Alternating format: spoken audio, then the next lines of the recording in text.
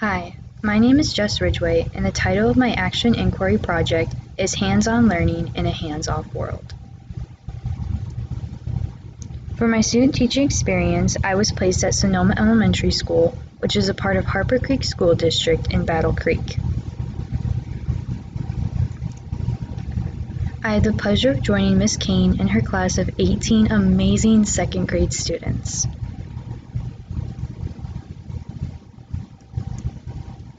Thankfully, we were able to be in person 5 days a week with a half day on Wednesdays. When I first started in January, the students were just coming back from virtual, so they were very excited to be back in the classroom. During their break, Sonoma made some changes to help keep the students safe during a pandemic. This meant that when they returned, they entered into a learning space that was adapted so that they could learn safely during COVID-19. They could no longer meet at the carpet for morning meetings or use pillows and blankets for silent reading. They would have to stay at their desks, learning 6 feet away from one another.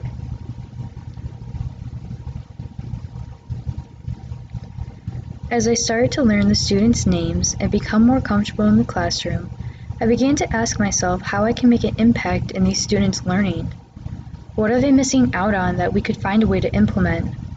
While I knew some things, like guest reading in other classrooms, wouldn't be possible, I wanted to try to find a way to bring some more engaging activities into the classroom. My mentor teacher, Mrs. Kane, was very open and shared with me opportunities that the students were missing out on.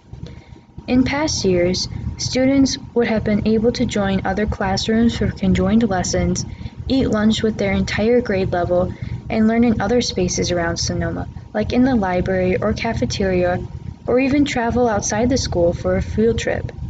And most importantly were the restrictions around hands-on learning.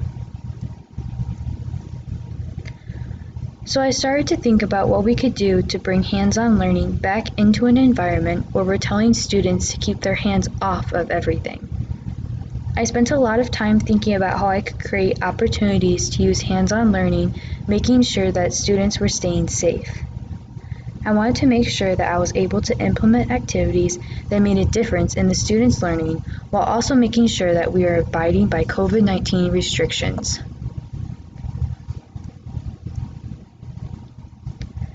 I created a list of guidelines that would ensure that hands-on learning could occur safely during the pandemic. What I found is that for every opportunity that involved hands-on learning, it had to be one-on-one so that each child got their own set of materials. This meant that I would have to purchase new materials for 18 students along with sample materials for myself. I also had to make sure that the new manipulatives were able to be desanitized for at least 48 hours. This meant preparing 20 different sets of materials 2 days before I would teach each lesson. Using these guidelines, I began to develop lessons that brought hands-on learning back into the classroom. For my first hands-on lesson, I had the students form landforms using Play-Doh. 2 days before I taught my lesson, I had my roommate help me cut and bag up 18 balls of Play-Doh for each of the students. I then labeled them with each child's name to ensure that they would not end up switching bags. This took about 2 hours just to make sure every student received an equal amount of Play-Doh and that they were individually packaged and sealed.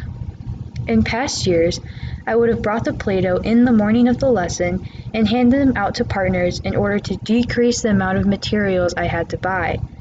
Due to COVID-19, I had to use extra money, time, and effort in order to give the students the same experience. But once I told the students that we would be working with Play-Doh, they were so excited. They were surprised, and they were more engaged than I'd ever seen them. This made me want to continue to work hard and think of more ways to provide more opportunities for hands-on learning in the classroom. The longer I spent in the classroom, the more I began to realize the subjects that the students were struggling with. I noticed that they had difficulty staying focused and engaged during math lessons. I wanted to try to find a way to integrate a hands-on lesson in order to get the students excited and break up the routine of a typical math lesson. In order to do this, I created a math lesson for the students' measurement unit. In this lesson, the students created their own measurement monsters. They assembled their own creatures from a selection of pre-cut out bodies, arms, and legs. The week before my lesson, I spent every night cutting body parts out and creating a selection for each child to go through. Each student had their own choice of arms, legs, and bodies and had their own set of markers to draw and decorate their monsters. By spending the extra time to cut out body parts for each student, I was able to implement a hands-on activity that would have not otherwise been possible. This took me a week to prepare just so the students could build them in under an hour and a half. But the students loved this lesson. All of that extra time and work it took to prepare was all worth it to see their engagement and excitement when creating their monsters. Through using hands-on learning, I was able to see a change in the students' interest. By mixing math with a hands-on activity, the students' engagement went up. Instead of giving them a line to measure, I was able to create something that they took pride in and really took their time recording their measurements. After these 2 lessons, I was so excited to continue to implement these techniques. After the students had created landforms using Play-Doh, they asked me when they would be able to use Play-Doh again, so I of course started to think about different ways. I decided to use the landform lesson as a scaffold and build on the ideas that we discussed in that lesson.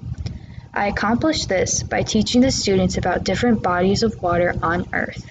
Just like they did with the landform lesson, I allowed the students to create different bodies of water using Play-Doh to help model the features. Again, the students absolutely loved this lesson. They saw the bags of Play-Doh sitting out, and they asked me when they would get the chance to build more things. They could hardly wait. I chose to give the students 2 different colors so that they could mix them and use the different hues to add details. They were engaged for the entire lesson, and they were so excited to share their creations with the rest of the class. In order to prepare for this lesson, I had to buy materials and create 18 different sets of Play-Doh. This took me about 2 hours to prepare a 45-minute lesson. The extra time I had to put in was all worth it for the students to be able to have this experience. I believe that you should try your hardest to make sure that your students are getting the best educational learning experience possible, even if that means spending extra time, money, and effort. After implementing hands-on activities in the classroom, I noticed that students' engagement went up. They were excited when I told them I had a new lesson for them because they knew that it would include something hands-on. They started to look forward to my lessons, and during my activities they were motivated to learn and focused on the task. They didn't see it as learning, they were just having fun. I also found that students who struggled focusing enjoyed being able to play and learn at the same time. Instead of becoming frustrated or uninterested in the new lessons, it sparked their interest and it broke the routine of what they expected learning to look like at school. Another change for the students this year was the loss of their music and art combined special. This meant that they were no longer getting music and art lessons. These hands-on activities allowed the students to express their creativity in a structured way and helped to incorporate artistic opportunities that they were missing out on. In conclusion, I want to thank the Albion College Education Department and the Schumer Center for Teacher Development. I am thankful for all of their guidance and support that they have given me throughout my experience at Albion. I also want to thank my education professors, specifically Sue Ellen Hankey and Karen Hoagland, for their feedback and help during my student teaching. I also want to thank the entire staff at Sonoma. I felt so welcomed at the beginning, and I was so able to learn throughout my experience. This teaching staff is so caring, and I learned so much about how to provide the best quality of education for your students.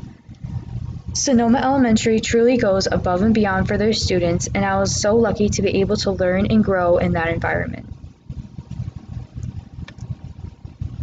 Finally, I want to thank my mentor teacher, Emily Kane. Even though at times it was stressful, Miss Kane made it so much fun, and I looked forward to coming to school every day. I am so grateful for her openness and transparency. She gave me a great example of what an excellent teacher looks like and I'm excited to use the things that I learned from her teaching in my own classroom in the near future. Thank you.